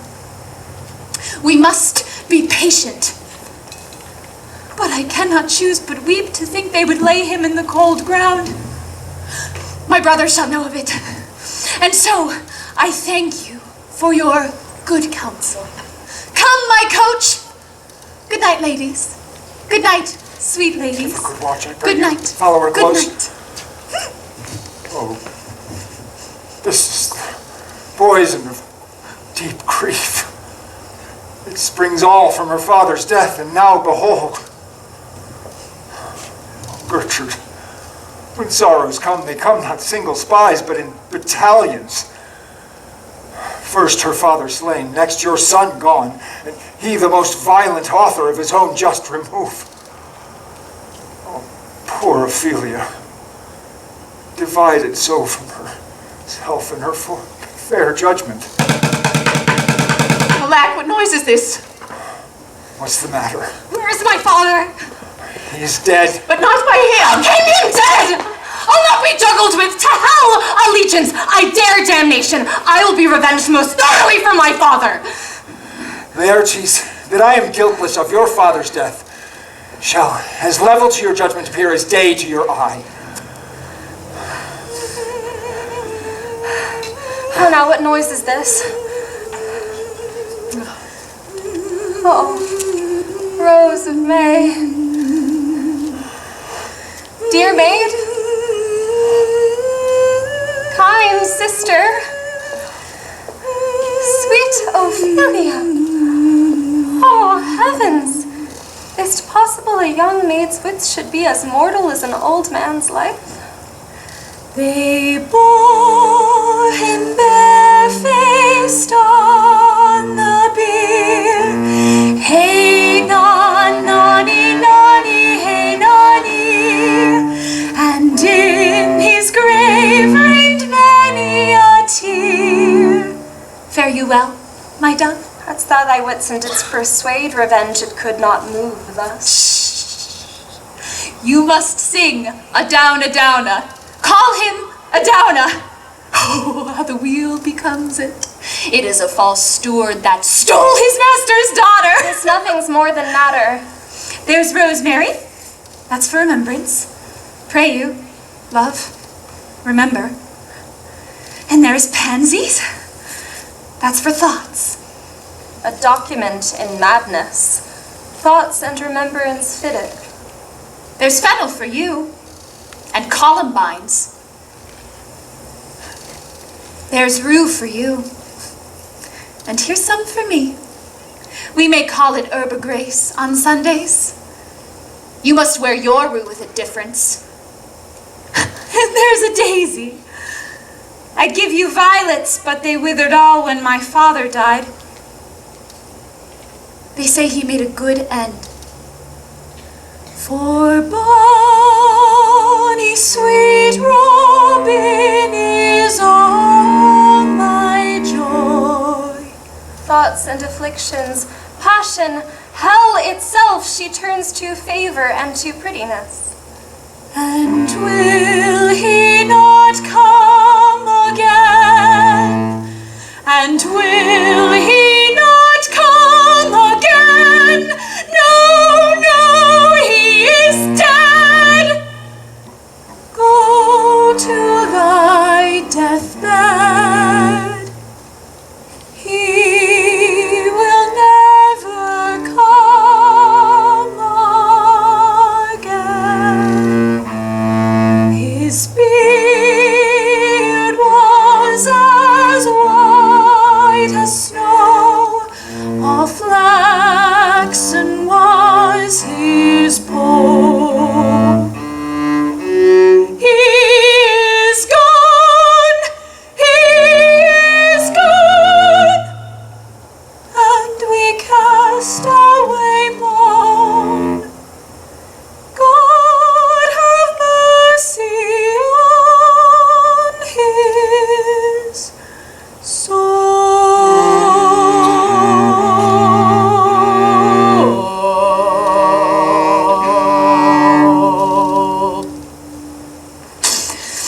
And to all Christian souls, I pray God,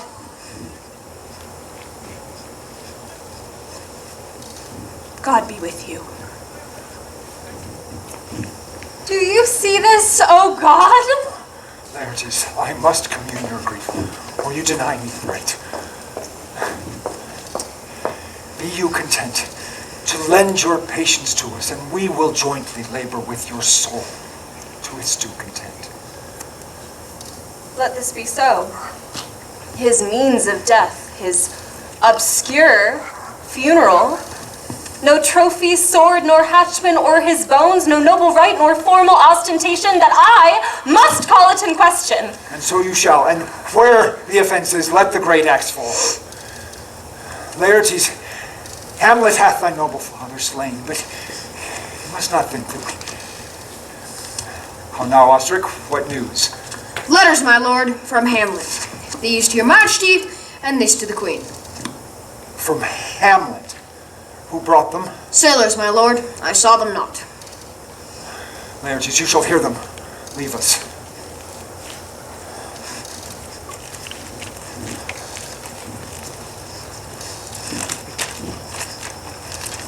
High and mighty, you shall know I am set naked on your kingdom. Tomorrow shall I beg leave to see thy kingly eyes, when I shall first ask in your pardon, thereunto recount the occasion of my sudden and strange return, Hamlet. Let him come.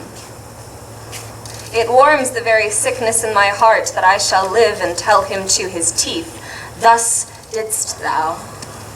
Laertes, will you be ruled by me? Aye, my lord, so you will not o'errule me to a peace. To thine own peace. I will work him to an exploit, now ripen my device, under which he shall not choose but fall, and for his death no wind of blame shall breathe, and even his own mother shall call it accident. My lord, I will be ruled. The rather if you could devise it so that I may be the organ. And falls right. Was your father dear to you, or are you like the painting of a sorrow, a face with no heart? Why ask you this? What would you undertake? to show yourself indeed your father's son, more than with words. To cut his throat i' the church. No place indeed should murder sanctuarize. Revenge should have no bounds. But good Laertes, will you do this? Keep close in your chamber. Hamlet, return, shall know you are come home. We'll put on those, shall praise your excellence, for your rapier most especial. We'll bring you in fine together, and wager on your heads, he being remiss, most generous, and free of all contriving, will not peruse the foils, so that with ease or with a little shuffling, you may choose a sword unbaited, and in a passive practice, requite him for your father. I will do it. And for that purpose, I'll anoint my sword.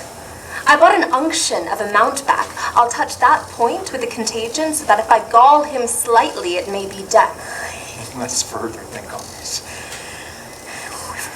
Wager on your cunnings.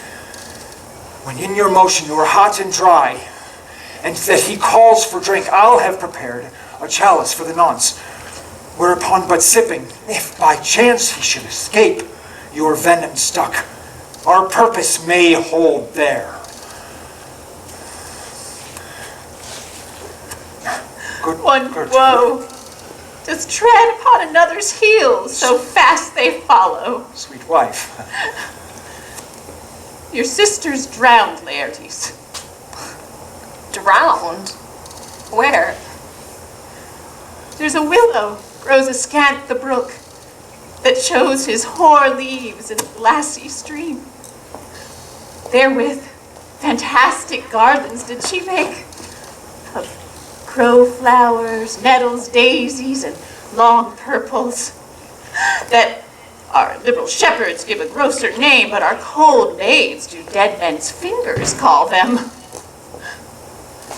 There on the pendant boughs, her cornet weeds clamoring to hang, an envious sliver broke, when down her weedy trophies and herself fell into the weeping brook. Her clothes spread wide and mermaid-like a while they bore her up, while she chanted snatches of old lauds, as one incapable of her own distress, or as a creature native and endued to that element.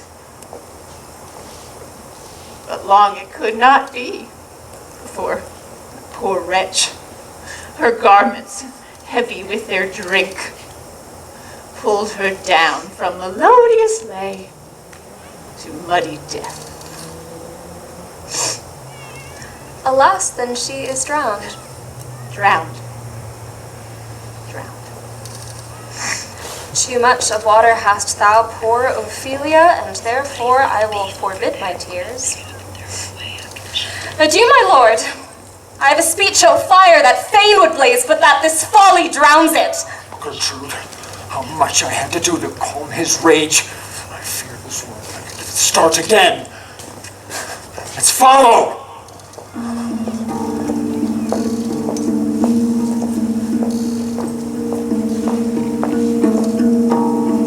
Is she to be buried in Christian burial when she willfully seeks her own salvation? I tell you she is.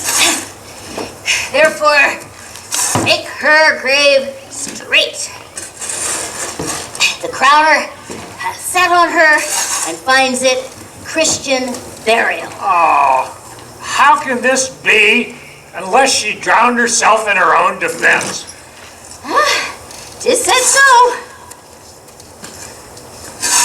Well then, it must be se offendendo. It cannot be else. What do you think out there? Now mark you this. If I drown myself wittingly, it argues an act. And an act hath 3 branches. No. To act, to do, and to perform. Argle, she drowned herself wittingly. Hey, here you. Good man Delver is... No. Let's try this then. Here sits the water. Good. Good. Here stands the man. Good, good. Now, if the man go to the water and drowns himself, it is willy-nilly he goes. But if the water come to the man and drowns him, he drowns not himself. Argal, he that is not guilty of his own death shortens not his own life. You got that? Is that law? Aye, marry, 'tis Crowner's quest law. Come, my spade. Here's a riddle. Who is he that builds stronger than the mason, the shipwright, or the carpenter?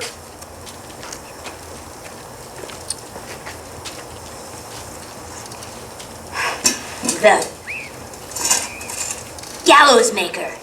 For that frame shall withstand 1,000 tenants. I like thy wit well in good faith. The gallows does well. How does the gallows well? Well, the gallows does well to those that do ill. Now, thou dost ill to say that the gallows is built stronger than the church. Argal, the gallows may do well with thee. Come to it again. Who builds stronger than mason, shipwright, or the carpenter?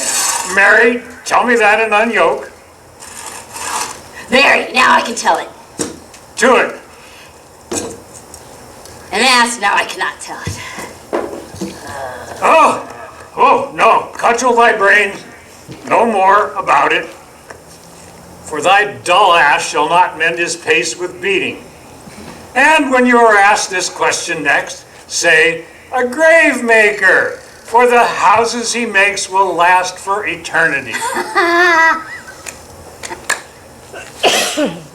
Now, go get thee in, fetch me a stoop of liquor. Another stoop, you drank all that.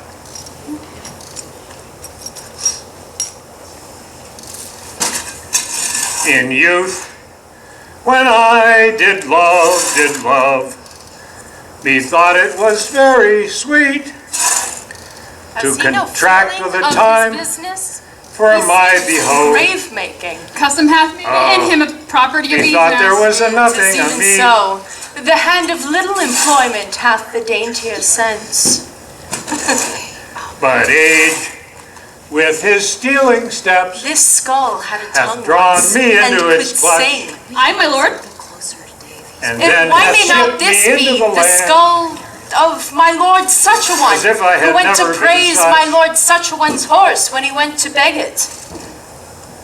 Oh, pickaxe and a spade, for and a shrouding sheet. Here's another. Oh, a pit of clay.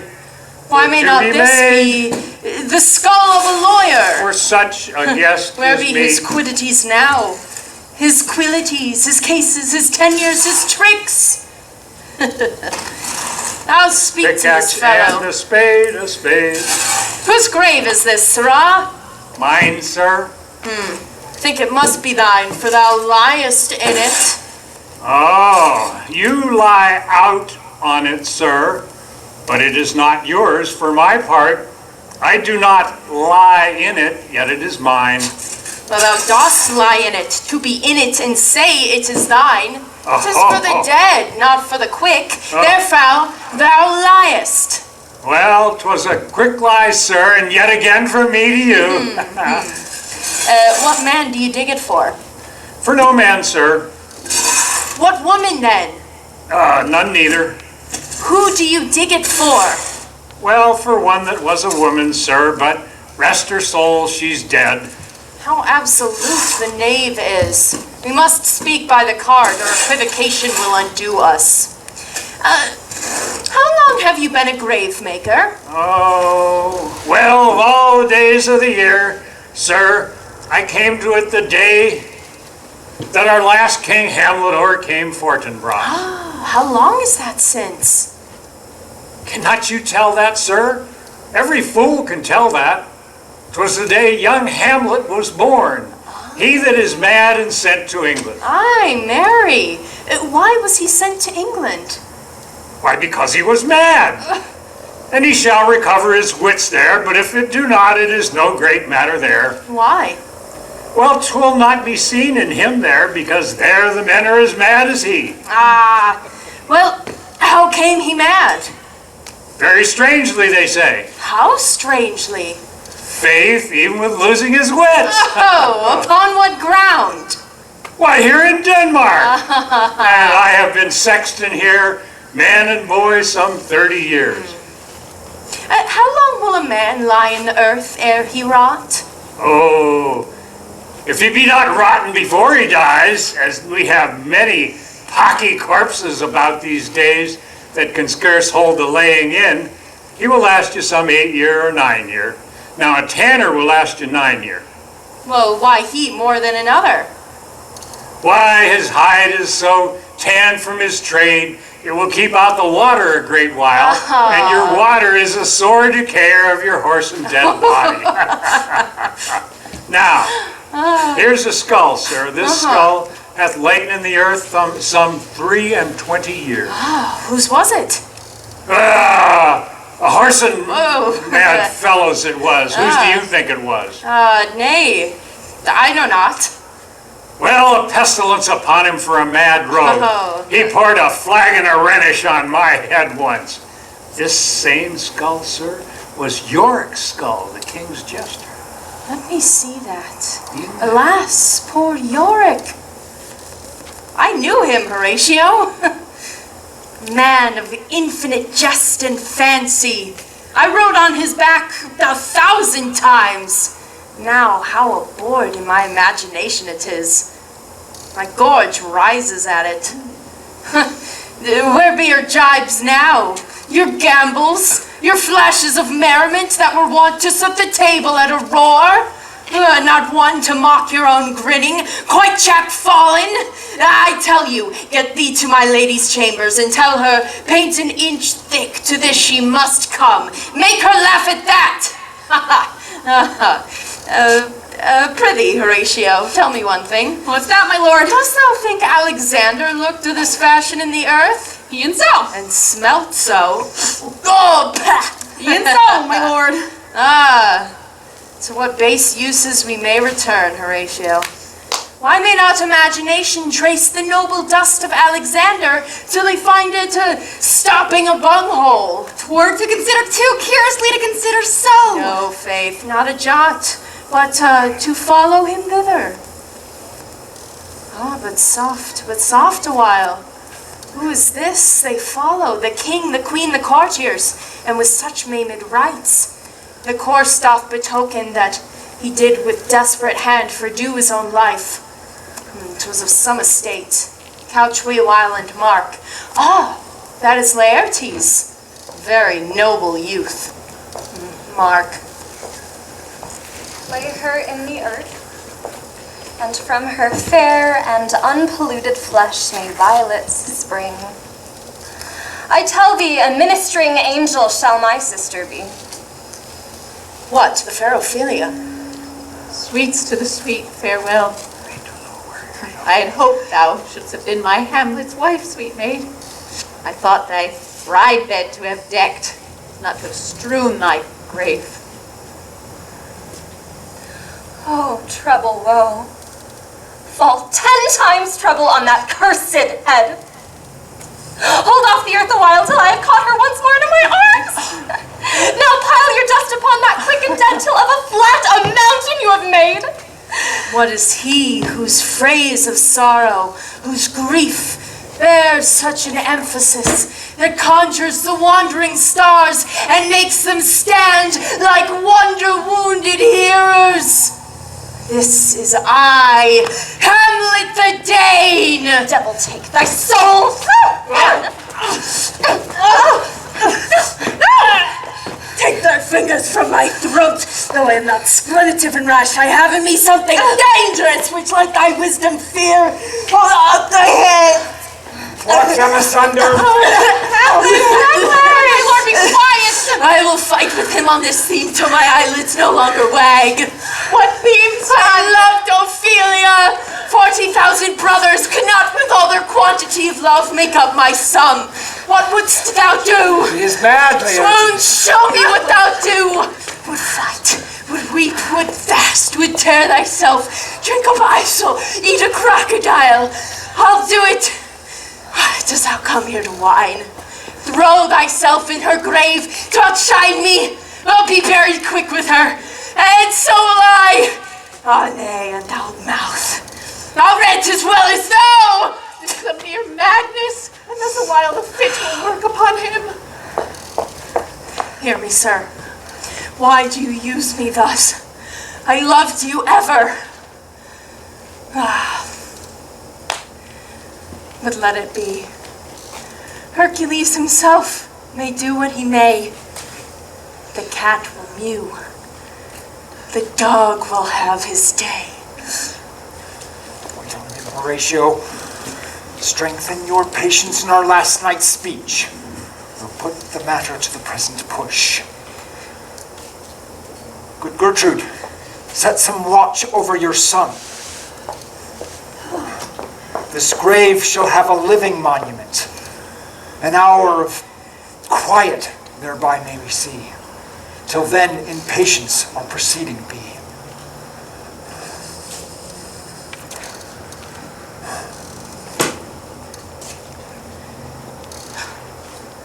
There's a divinity that makes our ends. Rough hew them as we may. That is most certain. I'm very sorry, good Horatio, that to Laertes I forgot myself. Peace. Who comes here? Your lordship is right welcome back to Denmark. I humbly thank you, sir. The king, sir, hath laid, sir, that in a dozen passes between yourself and him, he shall not exceed you 3 hits. He hath laid on 12 for 9, and it would come to immediate trial if your lordship would vouchsafe the answer. How if I answer no? I mean, my lord, the opposition of your person in trial. Well, I will be here in the hall. If it please his majesty, it is the breathing time of day with me. Let the foils be brought, the gentleman willing, and the king hold his purpose. I'll win the odds for him. And I can. And if I do not, I will gain nothing but my shame and the few odd hits.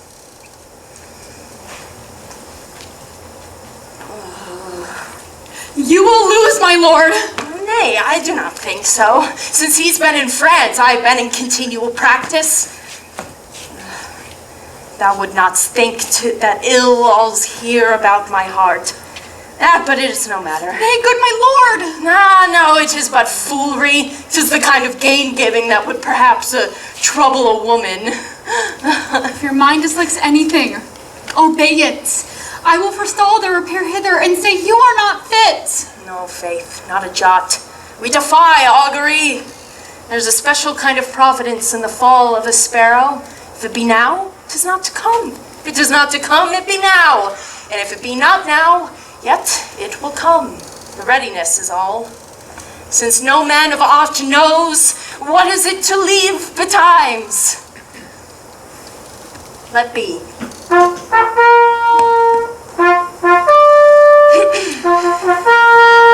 Hamlet, take this hand from me. Sir, I beg your pardon, for I am punished with a sore distraction.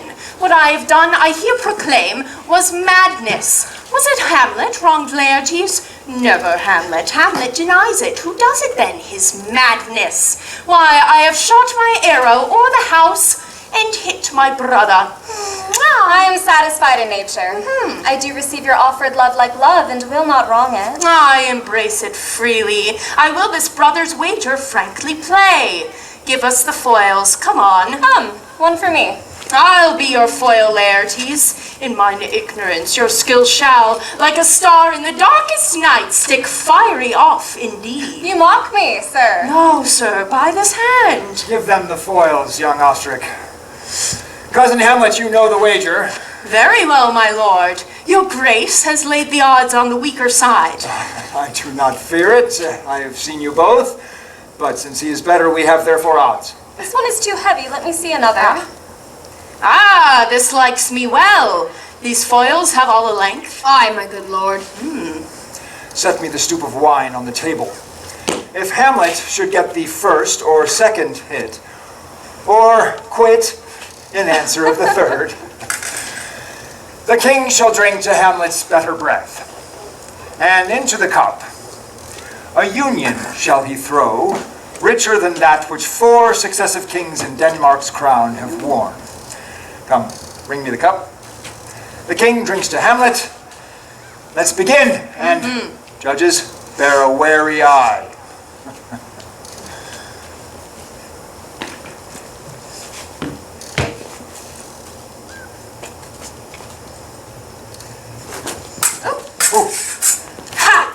One. No. Judgment. A hit. A very possible hit. Well, again. Stay. Hamlet, this pearl is thine. I drink to Hamlet's health. Come, give him the cup. No, set it by a while. I dare not drink yet. Come!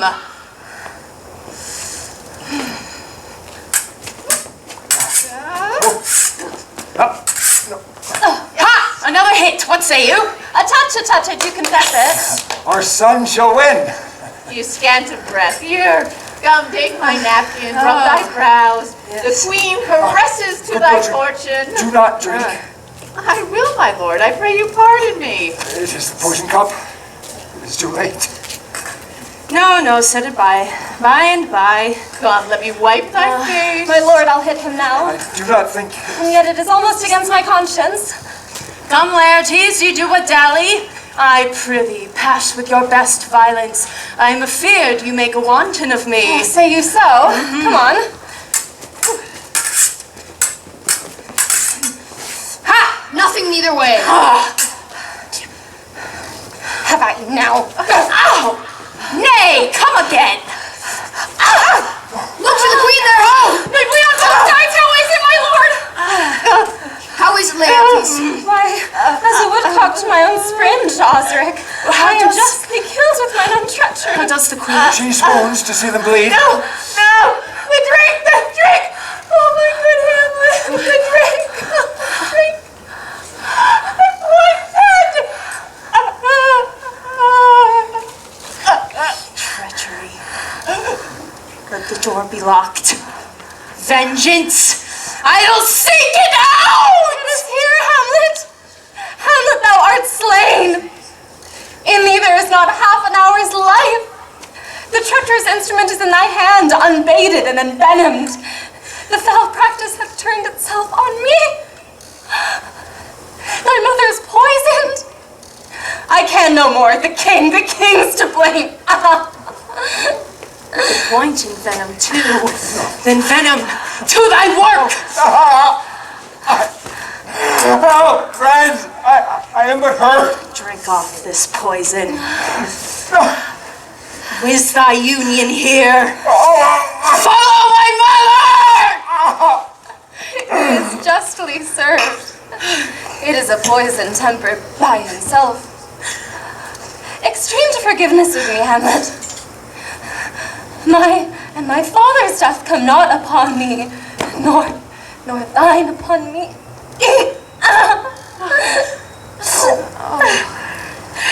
Heaven make thee free of it. I'll follow thee. I am dead, Horatio. Oh, wretched queen, adieu.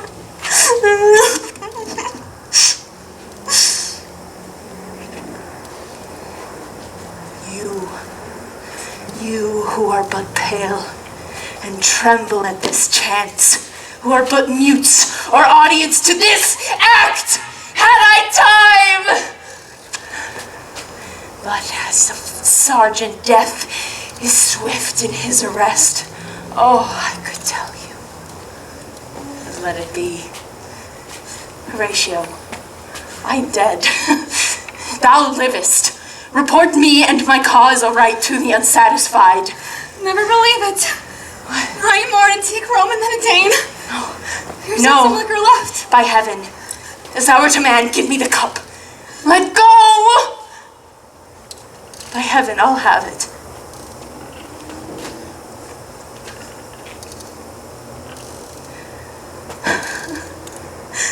Horatio, what a wounded name.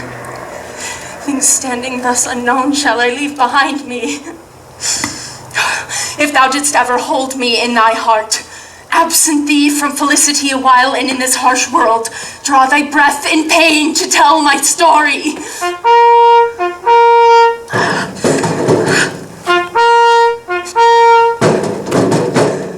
What warlike noise is this? Young Fortinbras with conquest come from Poland. To the ambassadors of England give this warlike volley. Oh, I die, Horatio. This potent poison does quite o'ercrowd my spirit. I shall not live to hear the news from England, but I do prophesy the election lights on Fortinbras. He has my dying voice. Tell him, more or less, the events that have solicited here. The rest is silence.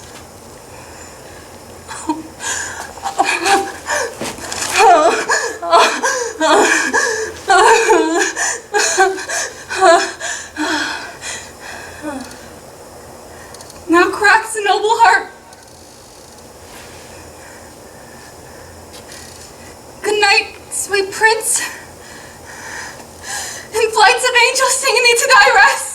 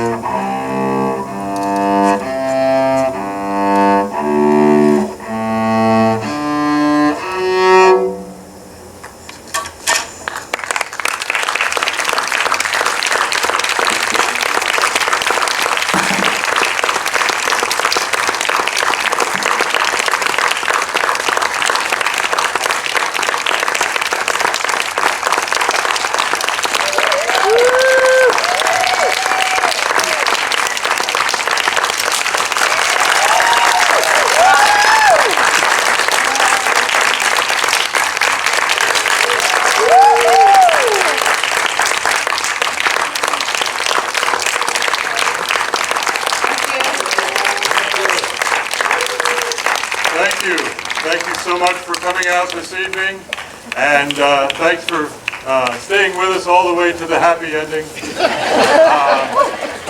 And again, thank you again to the Village of Tupper Lake and Tupper Arts for everything they have going on. Please go to tupperarts.org, and for everything we have coming up, go to adirondackarts.org. Thank you, and have a lovely evening.